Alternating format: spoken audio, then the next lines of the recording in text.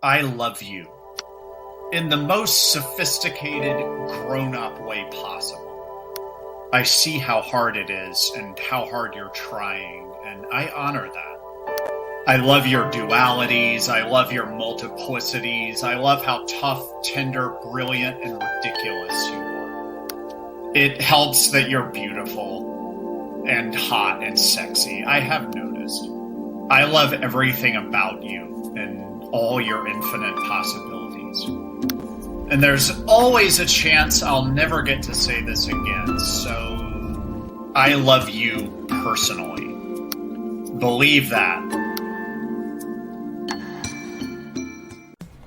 I come to you from the future bearing good news, and that's that there is such a thing as purification through grief. If you are going through the worst possible pain that you could possibly imagine in your life, humiliating, degrading, annihilating, agonizing, stretching every hellish minute into a hellish decade and a half to torture you, the bottom of the bottom of the bottom, that kind of pain, the kind of pain that makes you angry, but you're too tired to get really angry because you're in so much pain. That pain.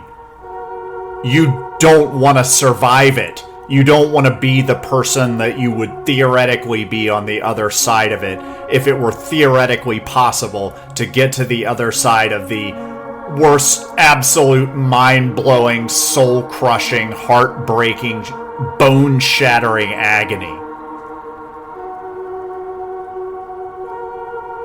You don't even want to survive it. And it takes forever. And it turns you into a completely different person every second with a brand new threshold of pain. If you're in there, or you realize that you're headed in there and you're trying to put it off because you don't think you're going to make it, the good news is that it's so much better on the other side. You're not the same person. You are a bigger, braver, and much more deeply enriched person on the other side of that, when you're capable of holding that experience and living in that experience and letting it happen and getting it over with. A whole new world of empathy opens up to you.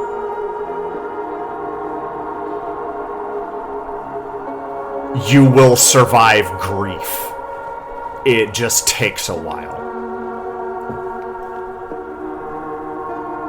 I'm Emerson Dameron. This is Emerson Dameron's Medicated Minutes on K-Chung, Los Angeles, 16:30 a.m. worldwide on the World Wide Web, kchungradio.org. This is Emerson Dameron's Medicated Minutes, medicated-minutes.com.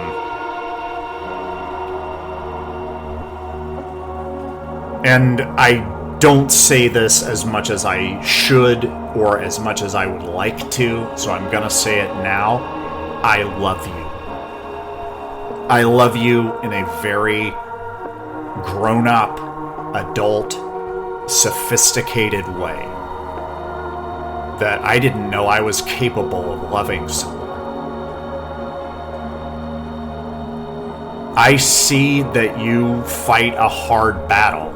You are in it every single day. You wonder if it's ever going to get better, and then you think it might, and you hope it does, and it doesn't, and you're right back where you started. It's tough. It hurts so much. It is so hard, and you're doing it. And I see that, and I respect that, and I love you so much for that. I honor that. I love how tough and how tender and how brilliant and ridiculous you are. I love all of your crazy dualities and pluralities and other dimensions. I love all of it. And every day I wake up with a little bit more capacity to love you just a little bit more. It helps that you're beautiful and hot and sexy. Obviously. That's a bonus. But it's a significant bonus. That has a lot to do with how you got my attention. It's just another thing that I love about you.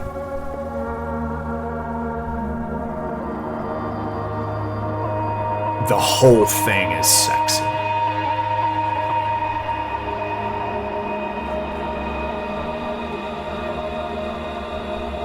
I love everything about you. I love the wise adult that you've become. How powerful and sophisticated you are. How you keep it real. No matter what. I love everything about you and all of your infinite possibilities.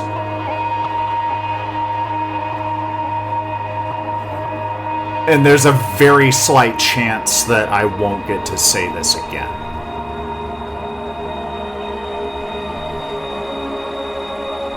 The big one could hit right now.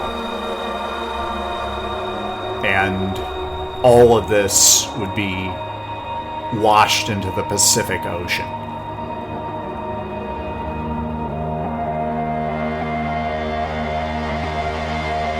I could get hit by a speeding vehicle, or a stray bullet, or lightning, or the fist of God.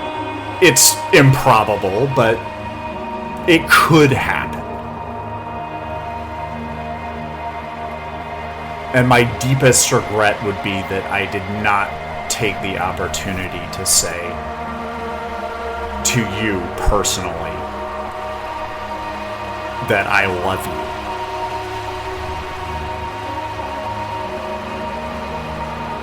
I love who you represent, who you've become, who you are. And you are loved here at Emerson Dameron's Medicated Minutes. Medicated-minutes.com. You are seen and heard and held and profoundly loved.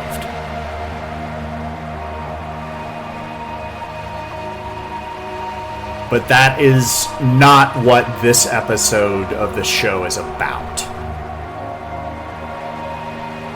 This is about comically tragic, tragically comic, absolutely pathetic, nevertheless exciting, utter derangement. It's called Limerence. It's here. It's amazing. This is the most powerful way to avoid feeling lost, disengaged, and alone in the world. Dating and waiting and having healthy relationships with well-defined boundaries with well-adjusted people is as dead as your grandma. Ouch. At last, a challenge to all those who may think it's impossible to throw your soul into the lava of romantic madness. We need to make this happen. We need to make people fall in love again. Limerence is the secret to that. Our job is to sell it. I'm from Mitch and Murray. I'm from downtown. We're gonna make people fall in love.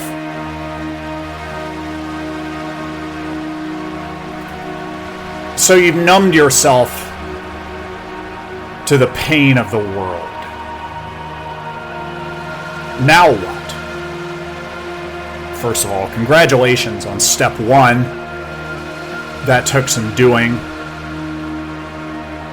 But most will fail or at least stagnate at this point without the proper help, without the necessary program.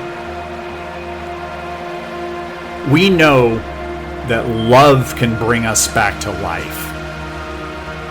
We also know that the love that will bring us back to life will not just fall into our laps in the way that some purely physical sexual encounters seem to do. The most scorching passions are very exciting, and they're the result of hours and hours of work and practice and conditioning. And it's normal to want shortcuts, to try hacks. But after we've tried all the tired old tricks and they've failed us, or we've failed either in the execution or in not having the proper strategic foundation, that hurts. We get embarrassed. We're scared, wasting more time, paralyzed by the fear of being paralyzed, of being stuck, frozen with fear. And that's what happens to most people. And you can tell they're dead inside. And that's not good enough for you. You want real, juicy, crazy, stupid, self-destructive love in your life. You've been trying to create some sense of purpose, of mission, of meaning in your life, or at least trick yourself into thinking that's possible, but you feel overwhelmed and you can't get started. That kind of passionate living is not easy. It's not for amateurs. If it were easy, everyone would be doing it, because it's intoxicating. And when you're in there and living the dream, you know for a fact that that's what life is all about. But it's not easy.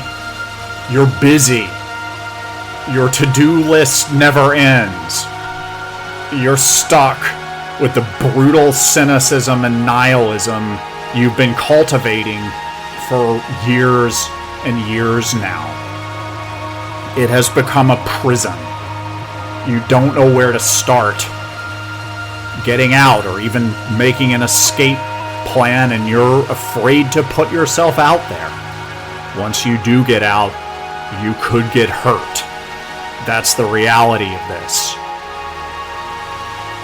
But would it really be worse to experience that kind of excruciating pain than it is to live in this dull, gray, humdrum existence that you created for yourself through fear?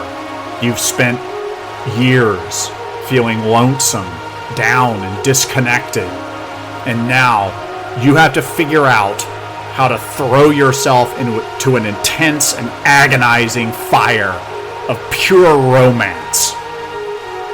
Your shallow friendships are uninspiring, and your own company is purely horrific. All of your alienated weaknesses, sadistic inclinations, the rage that you feel deep inside is like a monster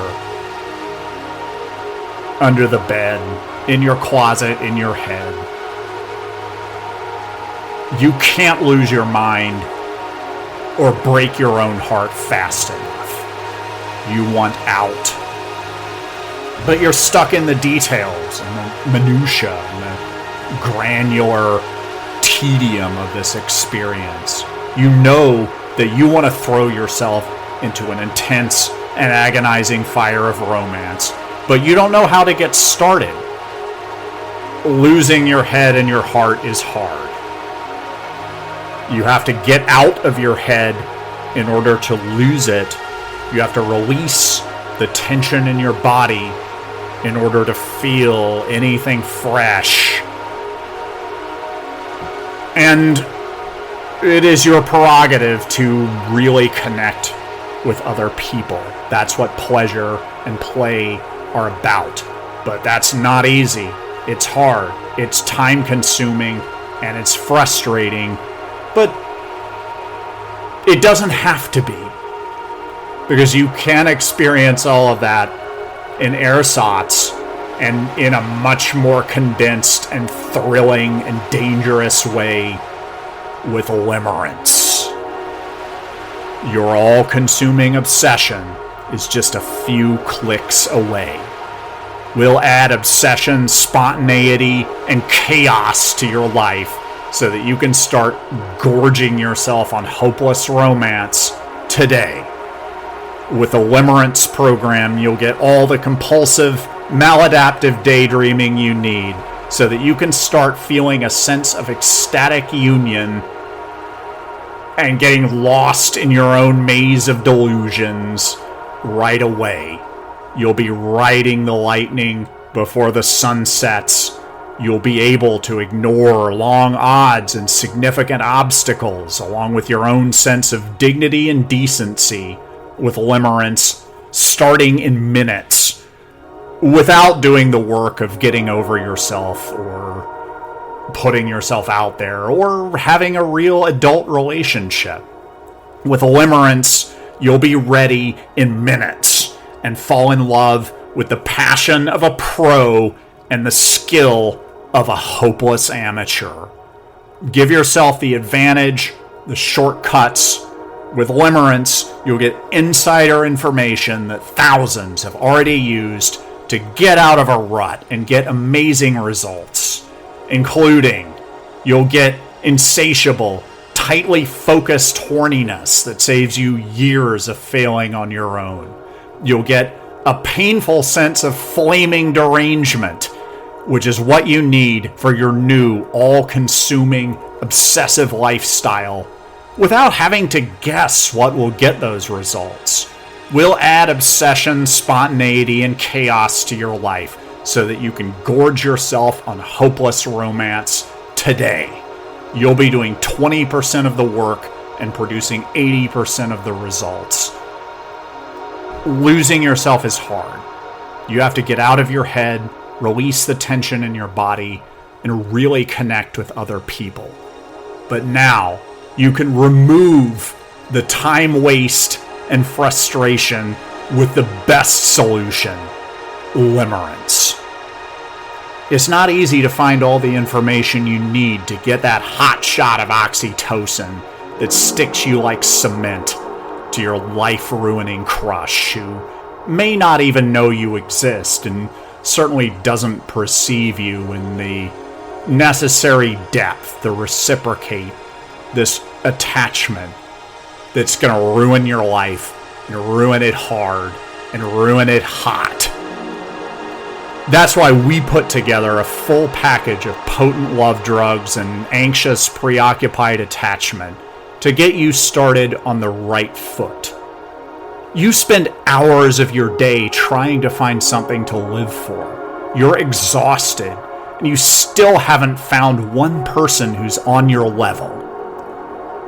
When you attain and experience Limerence, you will fall head over heels, desperate sexting at 3 a.m., doomed, self-immolating, limerent love, worthy of song, stage, and screen, in just 15 minutes. If you want to take the shortcut that's going to change your life, you need to take action now. Click here to take advantage of this amazing limited time offer and get with the Limerence program. I feel like I'm losing my mind. And that's not the way I normally feel. I've got a pretty good handle on my mind. All my friends say so, and they would know, as they're successful people with punishing standards for excellence. My friend Alexia is one of the most creative artists I've ever known and also an in-demand life coach. She says there's just a certain something about me, something people trust. My friend Mark has the third most popular Vimeo channel of them all, by certain metrics, and he always solicits my opinion. He thinks I'm a genius and says he loves being around me, just to soak up my demonic energy. I think that's kind of silly, but I'll take it, but only because it's from Mark. And yet, it's hard for me to accept that a genius could feel the way I feel today. The way I've felt for the last few months. It's been 90 days. I expected some relief. I just knew I could wrangle this to the ground, the way I attack all my problems, and everyone else's problems. But this one is different. Mark can't help me. He's too self-absorbed. Even Alexia can't help me. Maybe she's really not that smart after all. I've been over and over this. And these wild feelings keep driving me back to one person. You. You're the only one who really gets it. Well, aside from my friend Stuart, who's also probably the greatest living contemporary philosopher, and no one has heard of him because he's so humble and he's not on any map they could understand. He gets it. He gets that you get it. And he wants me to tell you. So I'm telling you. I love you. I love everything about you. I'm obsessed. You're the only person who knows how to break me the way I ache to be broken. I'm so tired of being so tightly in control of everything in my life. I'm tired of managing other people's lives. I want to be free. I want to be swept away. I want to be owned by someone who's strong enough to hold me in that space and handle that responsibility. I have very good judgment, especially when it comes to people. And I believe you are that person. If you can handle that, I'll be hopelessly devoted to you forever. I'm angry. I'm tough. And I'm tired. I'm tired of hiding my hurt. I hope you can help. I hope you can hurt me in ways that will help me. I want to let go. I want you. Hey Sandy, it's Aaron. I haven't been ignoring you. I've been on my magical mystery tour, riding the lightning, doing my thing, and making things happen. I've got a lot of cool projects I'm working on. They're not ready yet. I can't wait to share them with you when the time is right and the feeling is right. After I've done a little bit more work I refuse to get specific about. Okay, I admit it. I have been ignoring you, but I haven't been doing it thoughtlessly. I'm ignoring you with intention. Because it's fun. And it's sexy. And I know it gets you worked up. I know your secret. Don't worry.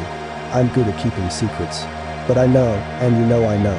And we both know why you have to protect your little secret. You've accomplished so much in your life. Everyone who knows you loves you, or at least respects you. Most of them want to be you. But you're not so sure you want to be you anymore. You'd love to have another option, another woman to be. Underneath your tough, successful exterior, you crave submission.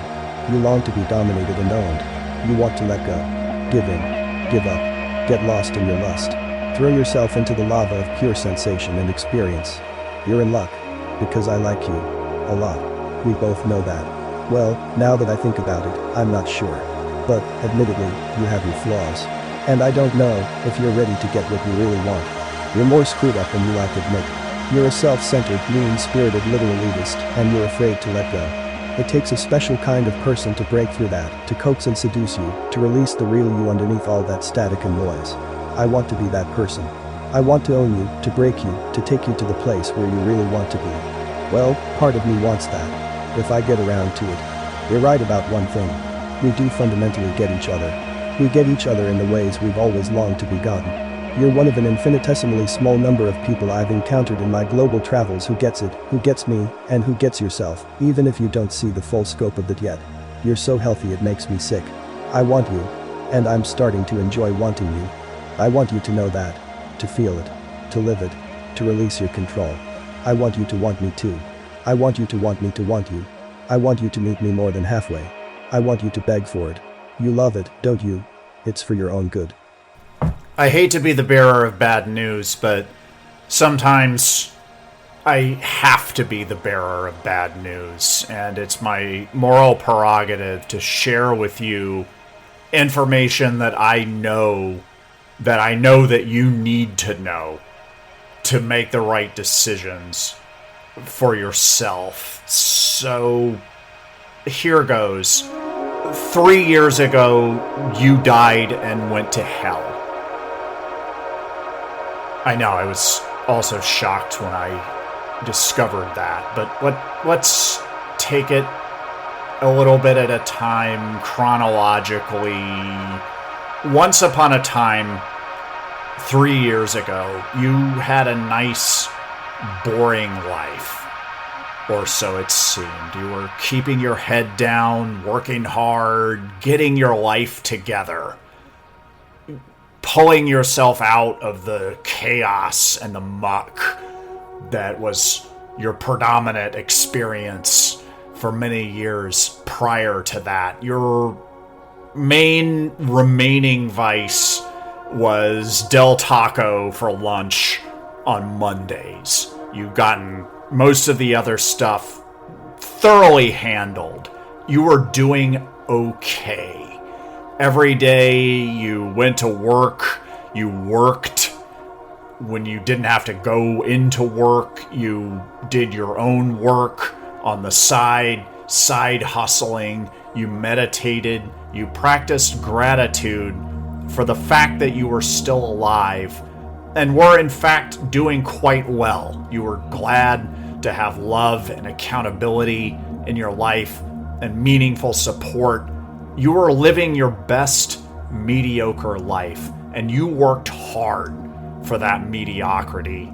It was meaningful. It was your gift from you to yourself, and you enjoyed it most of the time. And then one day, it all fell apart. Or you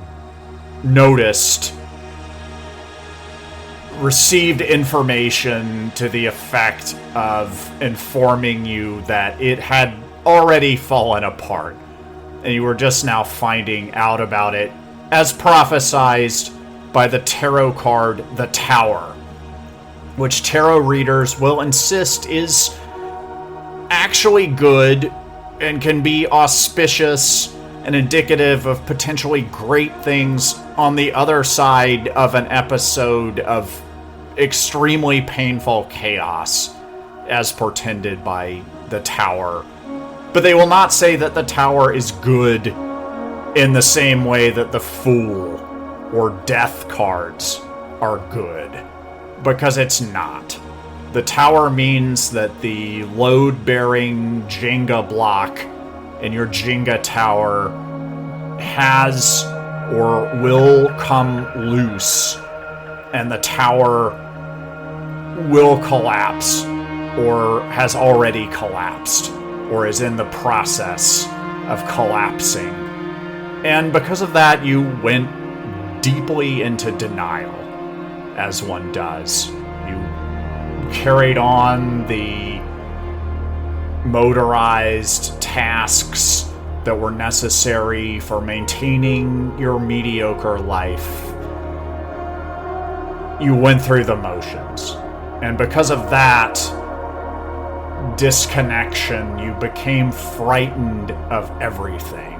You felt bitter, angry, resentful of the apparent success of people you used to be close to, and you weren't letting yourself really experience any of these feelings. So you were feeling them deep down. It was hurting. You didn't know why. You didn't fully acknowledge it because you could not admit to yourself that the end of your life had begun. And because of that, the pain of the grief of that loss stretched out over years.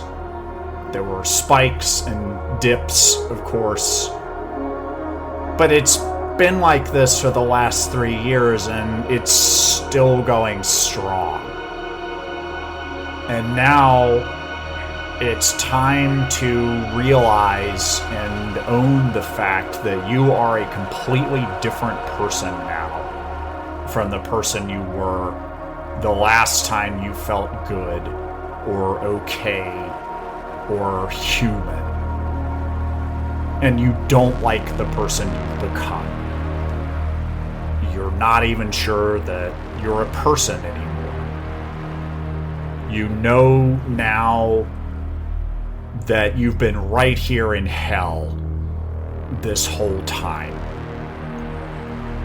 And now it's time to start unpacking the boxes that you moved down here with and bunker down for a nice long stay here in hell.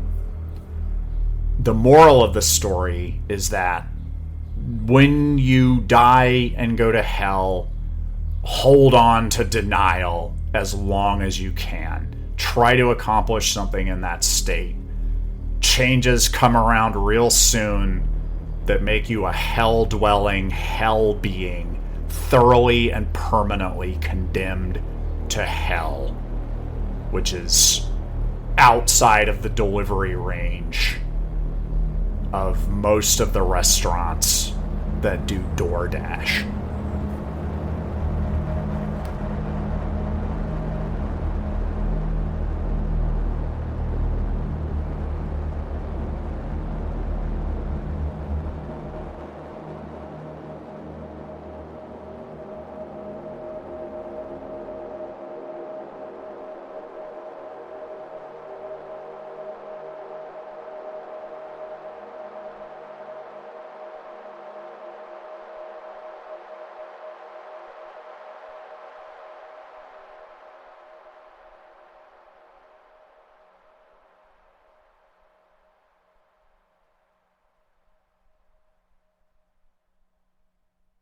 You can still fall in love. Here's how to do it. First, try to love yourself as much as you can and don't stop until you've utterly failed.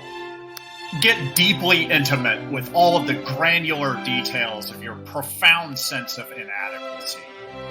Be real, be vulnerable. Don't play games with people's minds and hearts except for your own. This will make you easy to seduce and manipulate, and you'll fall in love before you know what's happening.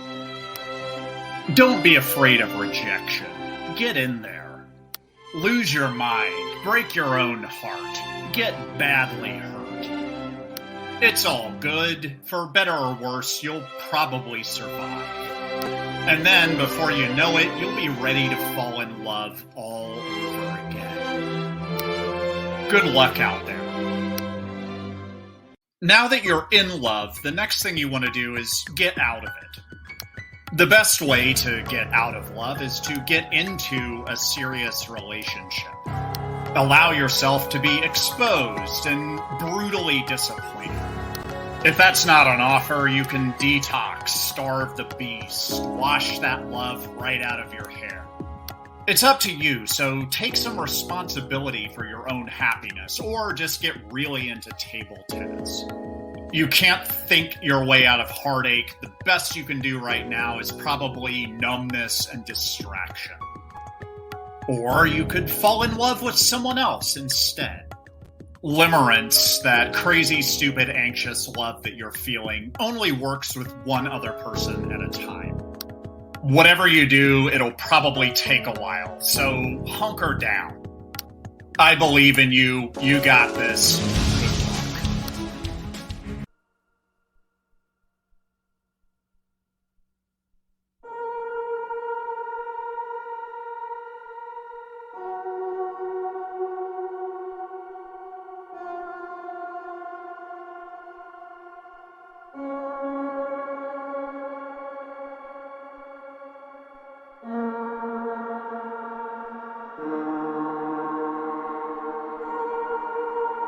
Well, that was disappointing.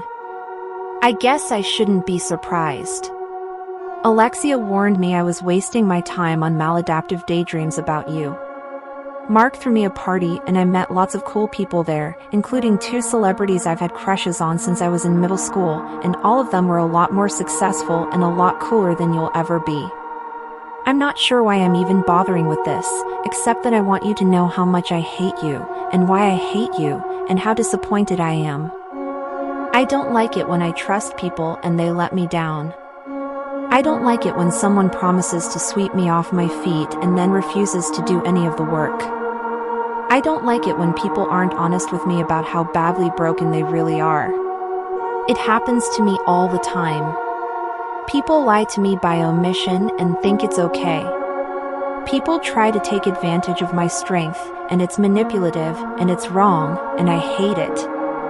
I hate weakness, I hate losers, and I hate you, Aaron. You're not going to drag me into your lonely and decrepit little swamp of a world. I showed you a side of me that no one else ever gets to see. I made myself vulnerable for you. And you weren't ready for that. You didn't know how to handle it. I guess I shouldn't be surprised. No one ever knows how to handle me. I want to connect with people, and people can't handle my strength. Maybe I can't handle it either. I should know better by now. Oh well. I want you to know one thing, Aaron. I'm a lot happier, and stronger, and more popular, and more successful than you'll ever be. And I'm more lonely than you could ever understand. I'm not really sorry I hurt you. It wasn't my intention. I'm not sure what I even did wrong. But I hit some weak spot in your heart or in your psyche that you neglected to tell me about before we got into it, and that hurt you, and I don't want to hurt you. It scares me how much I can hurt people, especially when it's the last thing I want to do. Alexa warned me about this.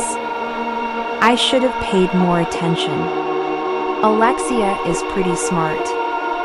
Anyway, I like you. I'll always like you. I think you're a pretty cool person. But I don't have a whole lot of time right now. There's a dinner party at Mark's tonight and he's going to screen his new film for us, before anyone else gets to see it, and it's going to be awesome. I hate making fake apologies when I'm not really sorry, so I'll say good luck. I wish you the best. I hope you find whatever it is you're looking for. I hope you figure out how to stop hurting yourself and embarrassing yourself. It's gross and it's unbecoming, and you know you can do better. Goodbye, Aaron.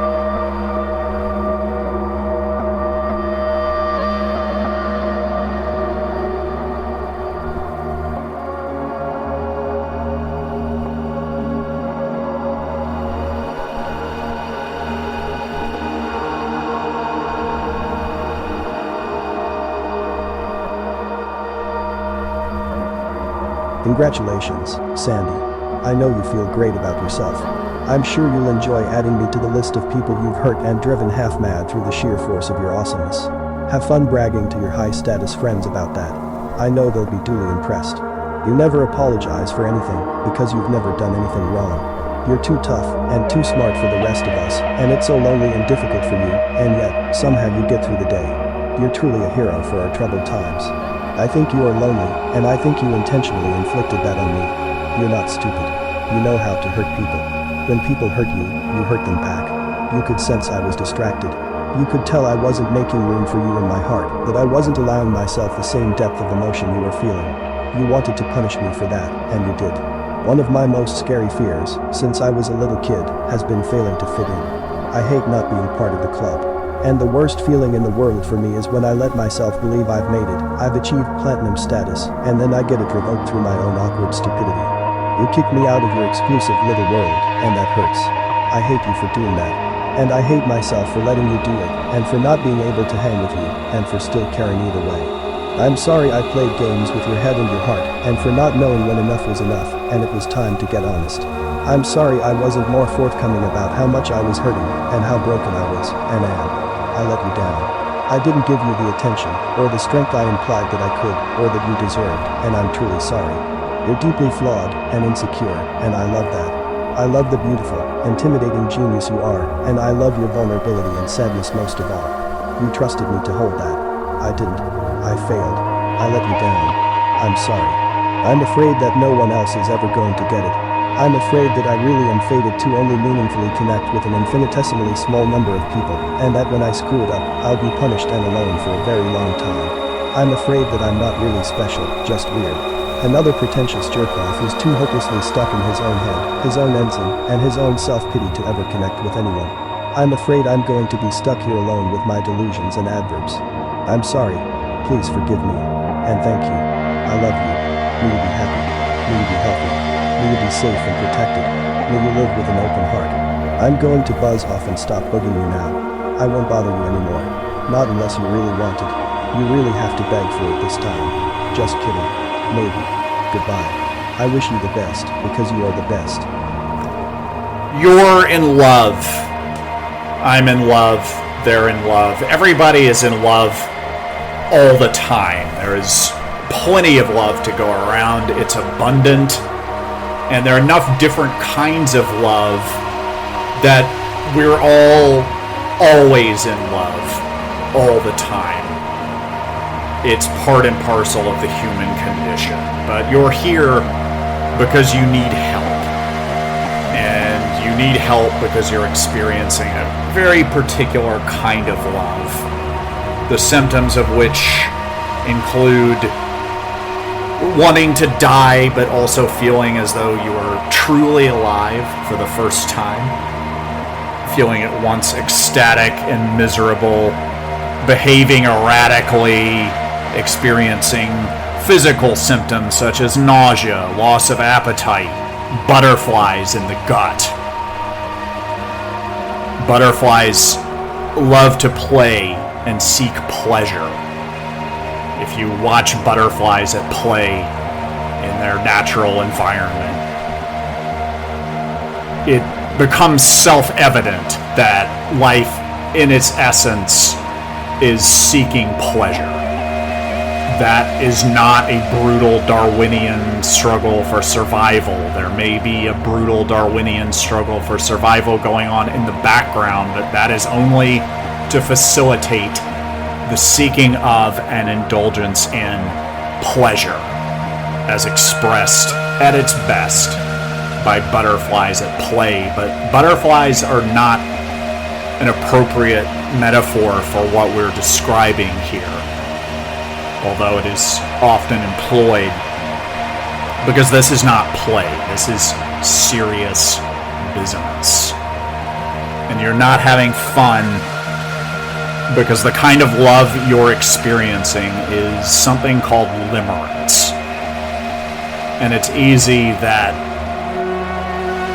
you might think that's the only kind of love or the proper kind of love, because it is indeed the one that a lot of the songs and movies and TV shows address, because it's exciting, it has stakes, it's the best and worst of what life has to offer when viewed from a certain perspective. And what's really humiliating about it is that some people don't ever experience limerence.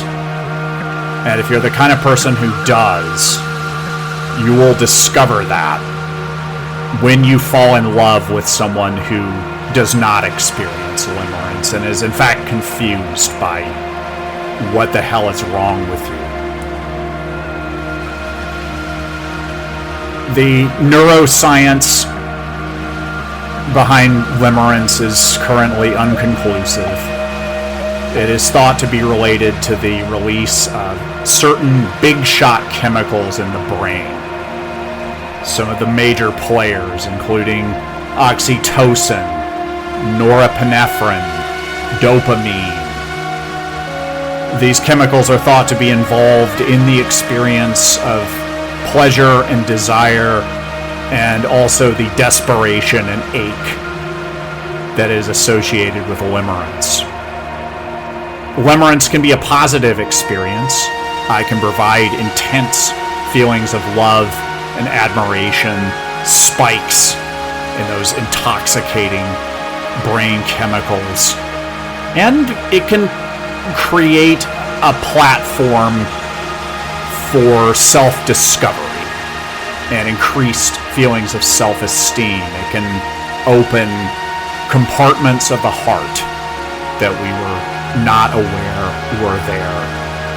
We can discover things about ourselves if we can experience limerence as a container for that kind of self-discovery. But that is not always easy to do, because when it's in full effect, limerence can feel like barking madness, and it can exacerbate the death drive.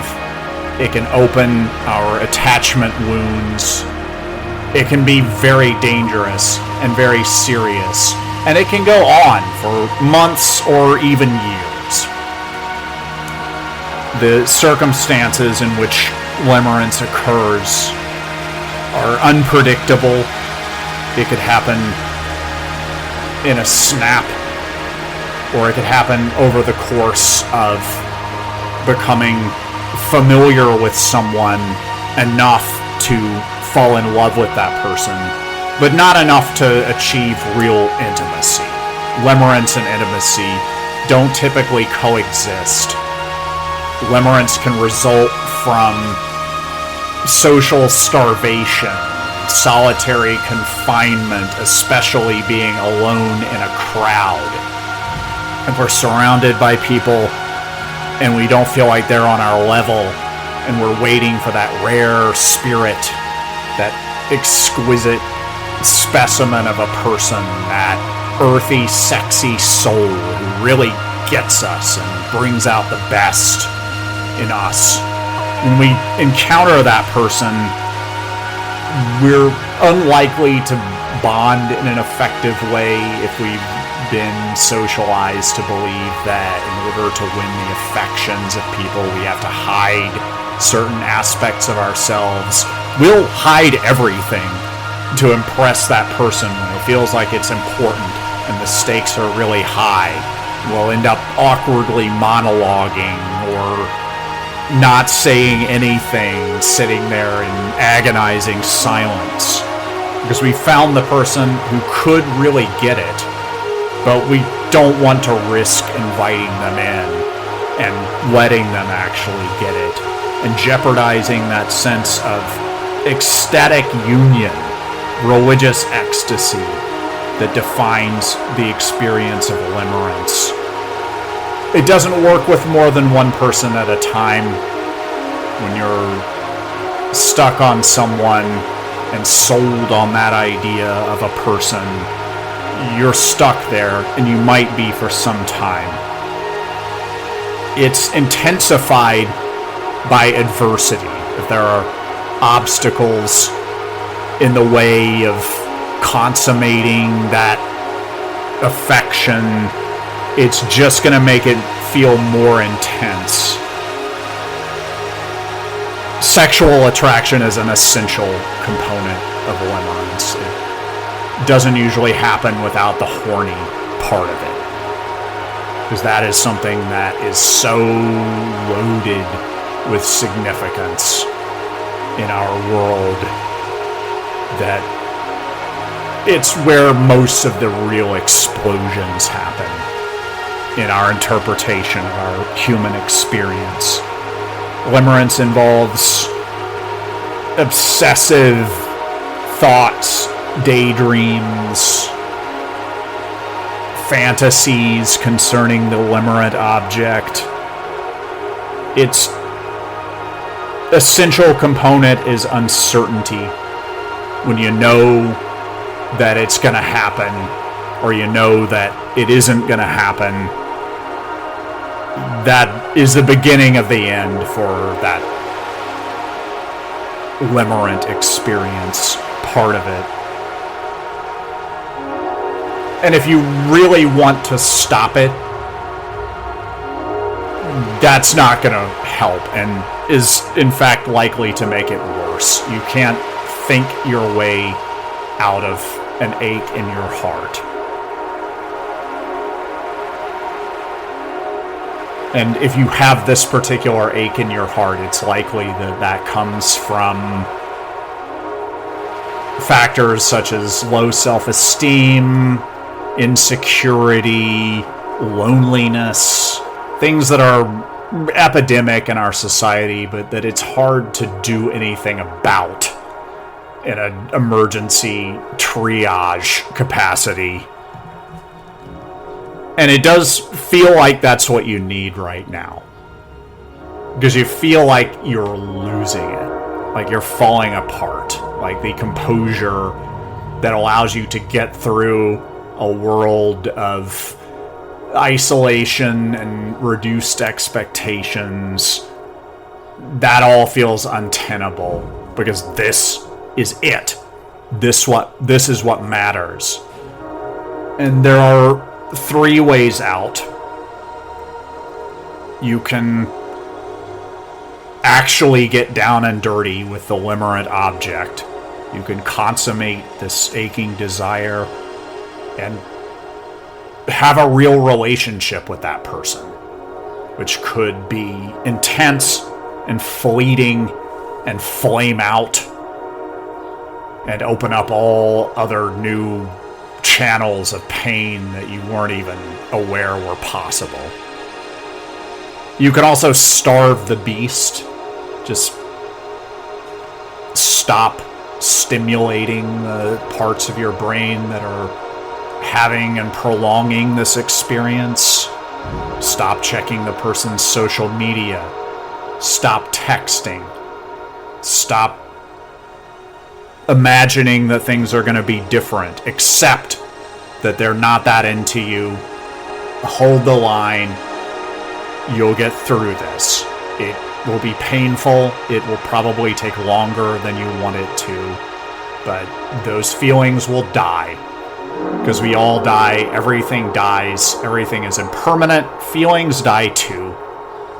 You could also fall in love with someone else and transfer those feelings onto someone else that you can then be obsessed with. And Limerence releases a capacity for creativity and imaginative flights of fancy that might make that easier to do. And that is another way to get out of this, which I absolutely believe you can do. You've survived much worse. My friend Stuart made a brilliant joke yesterday, and I thought of you, because you're the only person I know who would get it, besides me and Stuart. Anyway, you're pretty cool. I miss you. I hope you're having fun. There's an anecdote involving a man, could be anyone, but just for the sake of simplification, let's say it's a man. And he's driving around out in the boonies, in the sticks, in the middle of nowhere for work. And there are a lot of hills, long stretches of road between the gas stations, not a lot of homes. The ones that he does see are forbidding, with fences and beware of dog signs. And he's lonely, feeling kind of resentful. And he gets a flat tire. He pulls over the car.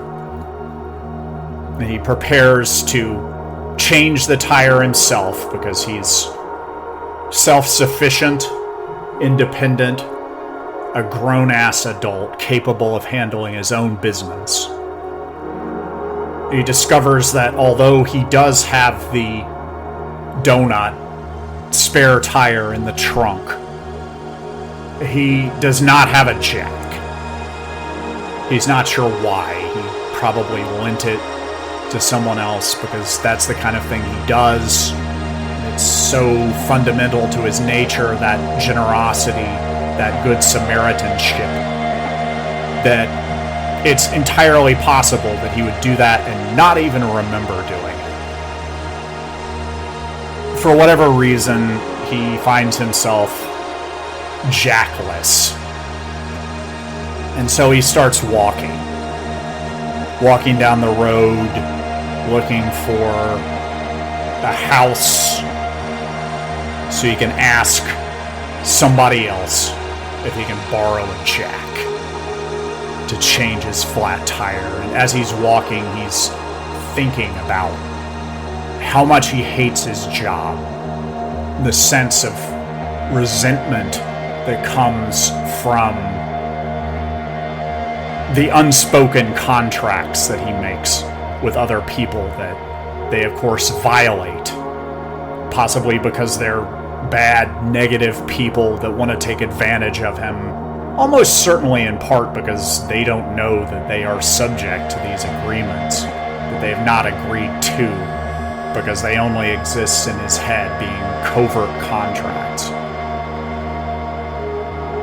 So he's resentful of that. He's resentful of not getting the support and the love that he wants, needs, and feels rightly that he deserves. And feeling that he doesn't really know how to express. Because of a sense of inadequacy, a fear of being known for who he really is and what he really needs.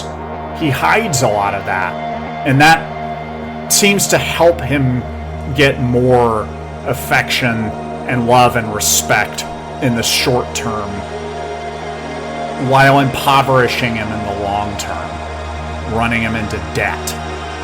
That's many, many times the principle. He thinks about those strained relationships in his life, how people don't recognize how hard he's trying, how hard he's working, how much he does that's unseen because he's too dignified to brag about it. And he's walking along thinking about all of this, thinking about how undignified, how humiliating and shameful it is that he, someone who's worked this hard to get this far in life, is stuck out here doing this drudgery, driving around in the middle of nowhere, and now he has to ask someone for help? That's an affront to his dignity. He's fuming about it and grumbling and kicking the dirt, which just makes his shoes dirty, which is even more embarrassing. After about an hour, he happens upon a farmhouse. And there's a truck parked in front. There are people at home, obviously. And he sees this as it is, as a source of help, a resource for him in the context of his current struggles. So he goes up, knocks on the door, hears some rustling and bumping around inside. After about 60 seconds, a man answers the door. He's dressed in overalls. He's wearing a straw hat with another piece of straw hanging out of his mouth that he's casually chewing on.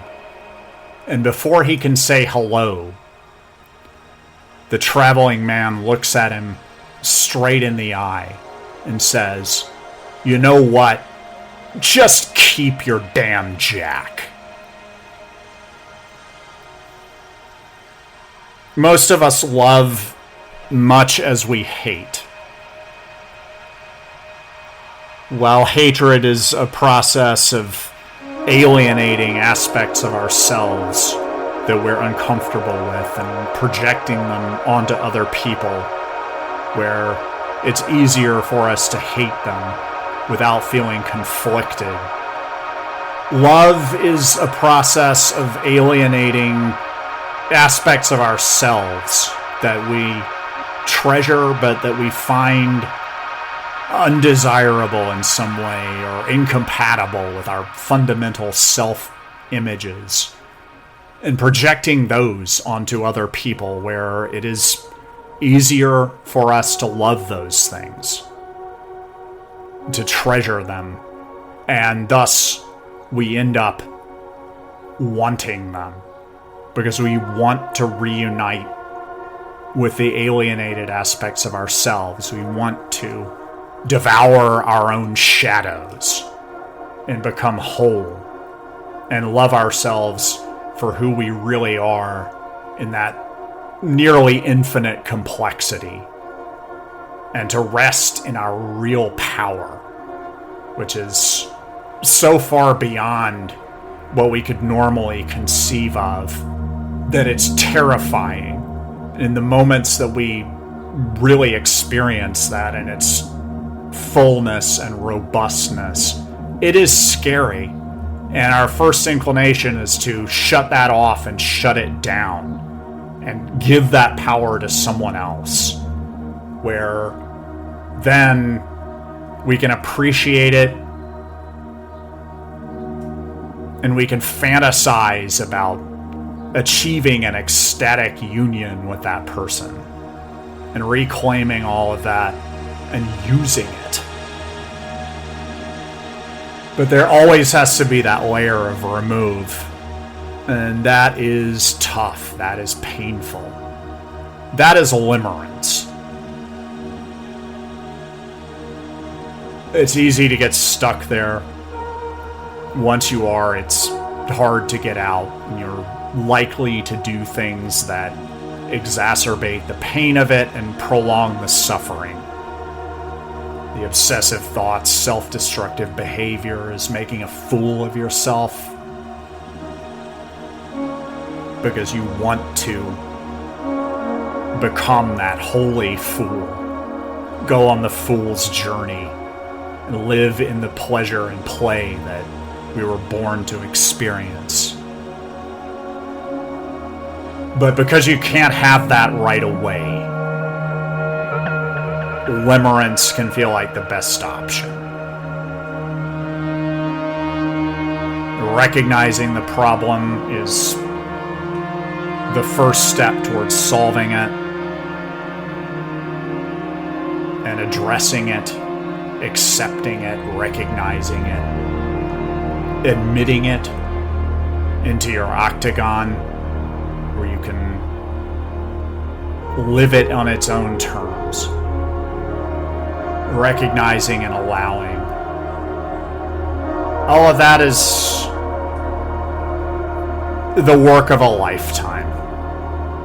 And in that work, I can only wish you the best, because it looks different for you than it does for me. But we have more in common than not. This is K-Chung, Los Angeles, 1630 a.m. Worldwide on the World Wide Web, kchungradio.org. This is Emerson Dameron's Medicated Minutes. Levity saves lives.